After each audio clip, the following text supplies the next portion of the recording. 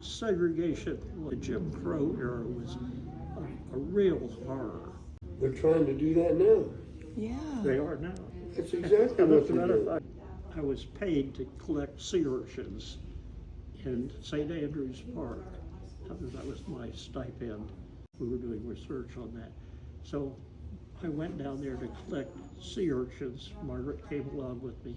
It was a gray, cold February day, and I had an undergraduate assistant along.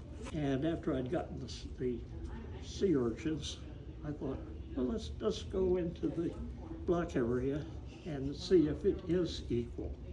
They had a pier that went out into the ocean. It was a very nice thing. So the three of us went out there. But when we came back, the guy at the desk where you signed in, we were the only people there. He came there standing there with a pistol. You're breaking the rules. I'm going to arrest you. Finally talked him out of that. But he was very, very serious about it.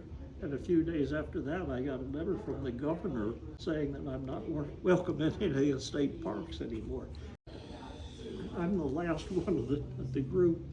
I was in Ku Klux Klan, but a lot of my classmates were. As a matter of fact, I was very religious. My mother had me going to the Episcopal Church.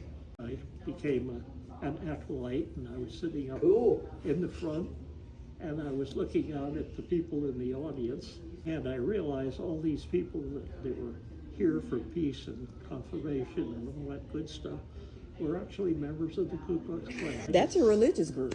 That's right.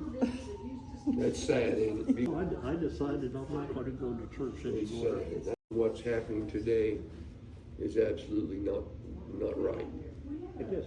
It's not right. We're trying to move forward. We're trying to move past all You of can't that. pass, when you've got people like him as the president, you can't do, because he is Ku Klux Klan. That's what he is. That's what he is. His daddy was put in jail for being a Ku Klux Klan. Isn't that right, Dr. Joe? I almost got put in jail. Martin Luther King was doing his thing, and Roosevelt.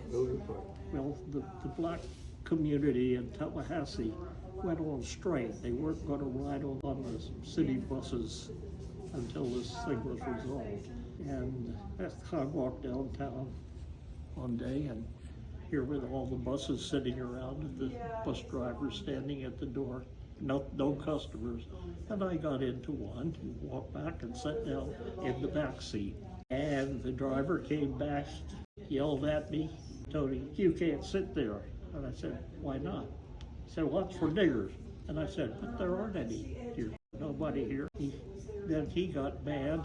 He went out, he got a policeman, and they arrested me and took me off to the police department to book me in. Because you were sitting in.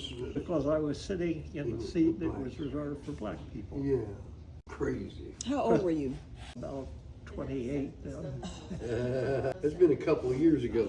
Well, yeah. He's 94. But you know, when you live this long, I mean, a century has shrunk down now to a lifetime. Yeah. It used to be an unbelievably long time in the past. This is a blessing. He's a blessing. Yes. We've been married almost 70 years. Awesome. September 1st, it'll be 70 years. Awesome. That is awesome. And he has a sharp mind. Yeah, he is. That's He's amazing. still sharp. So is she. Yes.